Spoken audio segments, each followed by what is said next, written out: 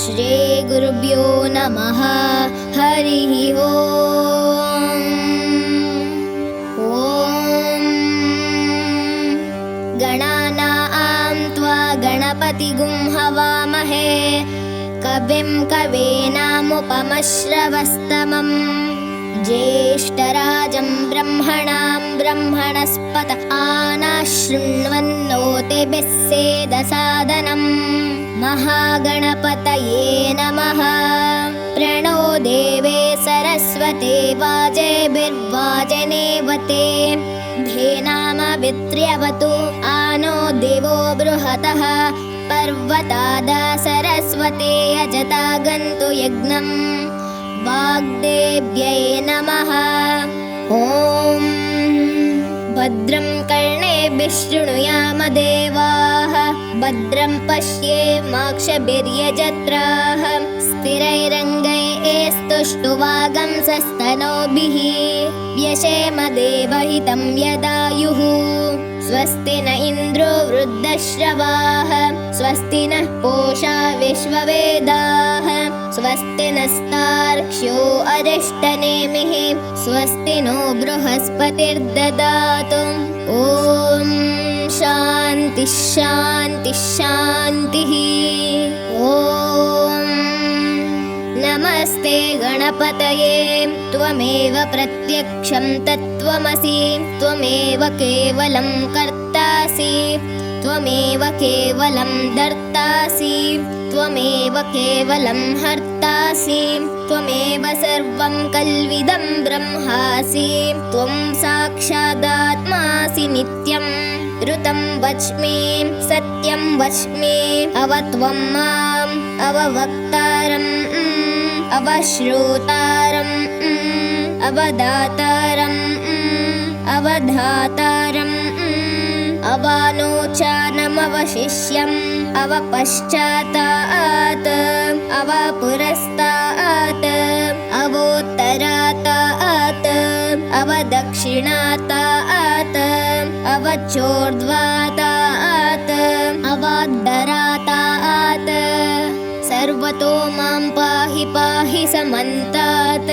त्वं वाङ्मयस्त्वं चिन्मयः त्वमानन्दमयस्त्वं ब्रह्ममयः त्वं सच्चिदानन्दाद्वितीयोऽसि त्वं प्रत्यक्षं ब्रह्मासि त्वं ज्ञानमयो विज्ञानमयोऽसि सर्वं जगदिदं त्वत्तो जायते सर्वं जगदिदं त्वत्तस्तिष्ठति सर्वं जगदिदं त्वयि लयमेष्यति सर्वं जगदिदं त्वयि प्रत्येति।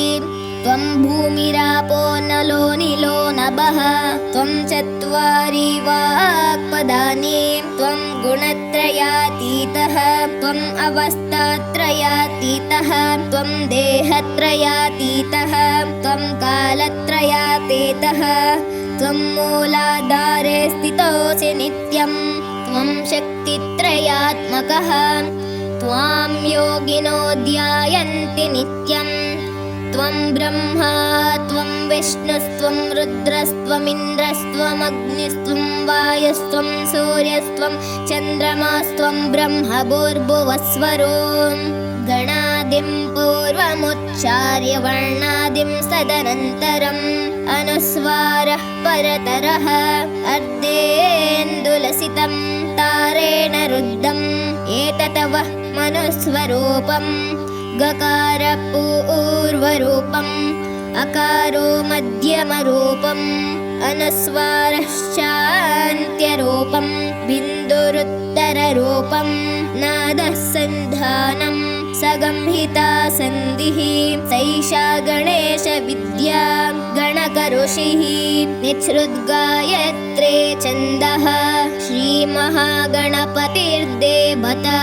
ॐ गङ्गणपतये नमः। एकदन्ताय विद्महे वक्रतुण्डाय धीमहि तन्नो दन्तिः प्रचोदयात्।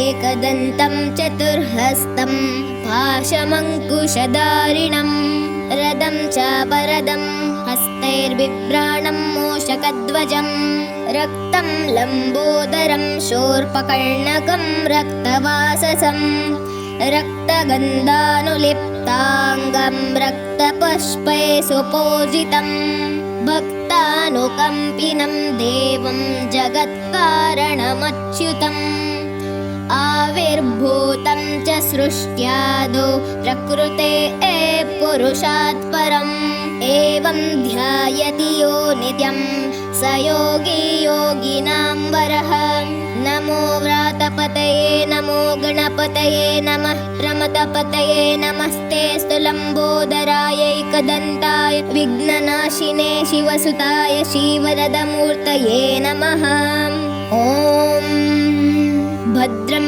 कर्णेभिः शृणुयाम देवाः भद्रं पश्येमाक्षभिर्यजत्राः स्थिरैरङ्गैस्तुष्टुवागंसस्तनूभिः व्यशेम देवहितं यदायुः स्वस्ति न इन्द्रो वृद्धश्रवाः स्वस्ति नः पूषा विश्ववेदाः स्वस्ति नस्तार्क्ष्यो अरिष्टनेमिः स्वस्ति नो बृहस्पतिर्ददातु ॐ शान्तिः शान्तिः शान्तिः।